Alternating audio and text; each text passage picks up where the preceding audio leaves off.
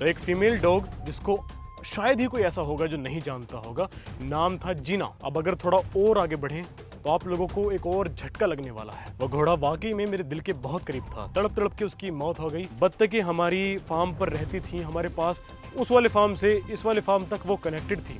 दोस्तों, आज किसी भी घोड़े की ना कोई ट्रेनिंग होने वाली है, ना मैं कहीं जाने वाला हूँ, ना ही कहीं से कोई आने वाला है। मैं इस वीडियो के माध्यम से आज आप लोगों को कुछ ऐसी बातें बताने वाला हूँ जो मेरे साथ हुई हैं और वो मैंने आपसे शेयर नहीं की हैं। कुछ टाइम पहले से पहलवान फार्म पर और हमारे साथ जो होता है, मैं सब कुछ आपको नहीं बता पाता हूँ, लेकिन आज इस वीडियो के थ्रू मैं आपको काफ़ी कुछ ऐसी बातें बताने वाला हूँ जो राज हमारे पहलवान फार्म्स के हैं, वो मैं आज आप लोगों से शेयर करने वाला हूं। जब भी हम कोई नया घोड़ा लेकर आते हैं, बड़ी खुशी होती है। उस पर राइड करते हैं, उसे तैयार करते हैं, बड़ी खुशी की बात है। लेकिन उतना ही ज्यादा बुरा तब लगता है जब हमारे फार्म से कोई सदस्य हमें छोड़कर चला जाता है।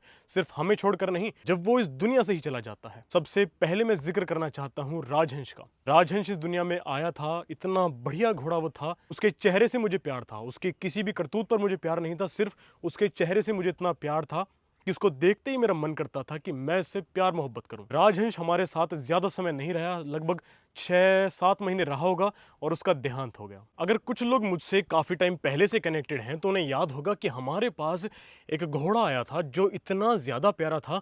वो किसी लाइन का नहीं था, लेकिन वो अच्छे अच्छे लाइन के घोड़ों के, खैर आगे आप समझ जाना कि इस तरह का वो घोड़ा था। उसके 3 पैर पखाले थे, माथे पर एक ब्लेज था, कान ऐसे या तो कैप्टन के हैं या फिर उसके कान हैं, ऐसा कोई कान का जोड़ ही नहीं था। उसको पता नहीं क्या हुआ, उसके अपने आप पैर मूवमेंट करना बंद कर चुके थे। वह घोड़ा वाकई में मेरे दिल के बहुत करीब था। तड़प तड़प के उसकी मौत हो गई। मेरे सामने ही उसने दम तोड़ा था, पर चलो कोई बात नहीं, इन सारी चीजों से निकलना पड़ता है। फिर उसके बाद हम यहाँ पर आ गए। इस वाले फार्म पर जो हमारे साथ हुआ है, मैंने आपको बहुत ही कम दिखाया है। क्यों? क्योंकि मैं सोचता हूं कि जो दुख मुझे हुआ है, मैं सोचता हूं कि उस दुख को ज्यादा लोगों को ना दूं। जो दुख मुझे हुआ है वो मेरे तक ही सीमित रहता है, मैं उसे अपने आप बर्दाश्त करता हूं। लेकिन फिर भी मैं चाहता हूं कि आज मैं आप लोगों से इस बात को बताऊं, वरना आप लोगों को लगेगा कि हमसे झूठ बोला जा रहा है। तो मैं आपको बता दूं कि हमारे फार्म पर एक बहुत ही प्यारी चीज थी जिसका नाम था नील। नील एक नील गाय का बच्चा था। उसको मैंने रेस्क्यू किया, पाला पोसा, प्यार किया। फिर जब वो बड़ा होने लगा, न जाने पता नहीं उसको कौन सी बीमारी ऐसी हो गई और फिर धीरे धीरे उसकी भी मौत हो गई। ये था नील। अब जरा घोड़ों से अलग हटके हम बात करें अपने डॉग्स की तरफ। डॉग्स की वजह से ही ये सब कुछ शुरुआत है। तो डॉग्स में अगर मैं बात करूं तो एक फीमेल डॉग जिसको शायद ही कोई ऐसा होगा जो नहीं जानता होगा, नाम था जीना। जीना नाम की हमारे पास एक फीमेल थी, उसकी भी कुछ समय पहले डेथ हो गई है। डॉग्स में एक बीमारी लग जाती है, पार्वो वायरस, और वो शायद उसे लग गया था। उसके चलते हमने उसको खूब कोशिश की, ड्रिप्स लगाते थे, ग्लूकोज लगाते थे, उसकी खुराक, उसकी देखभाल, हमने उसको बचाने की बहुत कोशिश की, लेकिन उसको भी हम नहीं बचा पाए। जीना इस दुनिया में अब नहीं है। दूसरी चीज, जीना की बेटी थी, वो भी उसी की तरह दिखती थी, लेकिन वो भी इस फार्म पर अब नहीं रही है। उसको तो शायद मैंने आपको दिखाया भी था। तीसरी चीज, डीवन की बेटी, आपको याद होगा, एक फीमेल थी, वो कहीं से भी कूद जाती थी। मैंने उसके साथ बहुत सारी वीडियोस भी शूट की हैं, रील्स भी बनाई हैं। वो जाल के ऊपर से कूद जाती थी, थोड़ी सी विंडो अगर मैं खोल देता था, विंडो में से निकल जाती थी, बहुत तेज दौड़ती थी, अटैक कर देती थी, सब कुछ कर देती थी। वो भी इस दुनिया में अब नहीं रही है। डीवन की बेटी भी अब इस दुनिया में नहीं रही है, हमारे बीच नहीं रही है। अब अगर थोड़ा और आगे बढ़ें तो आप लोगों को एक और झटका लगने वाला है। थोड़ा ध्यान से मेरी बात को सुनना। हम अभी कुछ ही टाइम पहले राजस्थान गए थे। जब हम राजस्थान थे तो यहाँ पर हरिओम जी हमारे पीछे से सब कुछ देख रेख करते थे। हरिओम जी थे, एक भाई और थे। तो जब हम वहां थे तो हमारे पास कॉल आती है कि डीवन बहुत ज्यादा बीमार था। हमने तुरंत नदीम डॉक्टर साहब को कॉल करी, उन्होंने आकर उसका ट्रीटमेंट किया, सब कुछ इलाज विलाज करके वो चले गए। लेकिन इतने हम वहां से आए, डीवन हमें मिला ही नहीं। पता नहीं, ऐसा बता रहे हैं कि डीवन या तो बहुत ज़्यादा बुखार में रह गया या फिर उसको हार्ट अटैक हुआ था या पता नहीं क्या हुआ, लेकिन डीवन भी अब हमारे बीच नहीं रहा। डीवन एक बहुत ही कमाल का यूरोपियन डॉबरमैन था जिसने हमारे फार्म का नाम बहुत आगे बढ़ाया। हालांकि डैन है, अब डैन भी उस चीज़ को आगे बढ़ा रहा है, लेकिन डैन का दोस्त डीवन इस दुनिया में नहीं रहा है। डीवन के जैसा डॉग हमें मिलना ये सौभाग्य की बात थी। अब तो यूरोपियन डॉबरमैन खैर काफी लोगों के पास है, लेकिन उस समय, जिस समय वो हमारे पास था, यहाँ आसपास भी ऐसा डॉग नहीं था। डीवन के जाने के बाद मुझे बहुत दुख हुआ। लेकिन फिर भी इन चीज़ों से आगे बढ़ना पड़ता है। मैं माफ़ी चाहता हूँ, उस दौरान मैं आपको ये सब कुछ नहीं बता पाया। मैंने सोचा कि आप लोगों को दुख होगा, उससे अच्छा है कि ये दुख मेरे तक ही रहे। फिर आते हैं थोड़ा सा और आगे। कुछ दिनों से आप नोटिस कर रहे होंगे कि हमारी बत्तखें नज़र नहीं आ रही हैं। बत्तखें हमारी फार्म पर रहती थी, हमारे पास उस वाले फार्म से इस वाले फार्म तक वो कनेक्टेड थी, लेकिन लगभग हफ्ते या 2 हफ्ते पहले तक फार्म की रखवाल के लिए हमने 2 फीमेल बाहर खोल दी।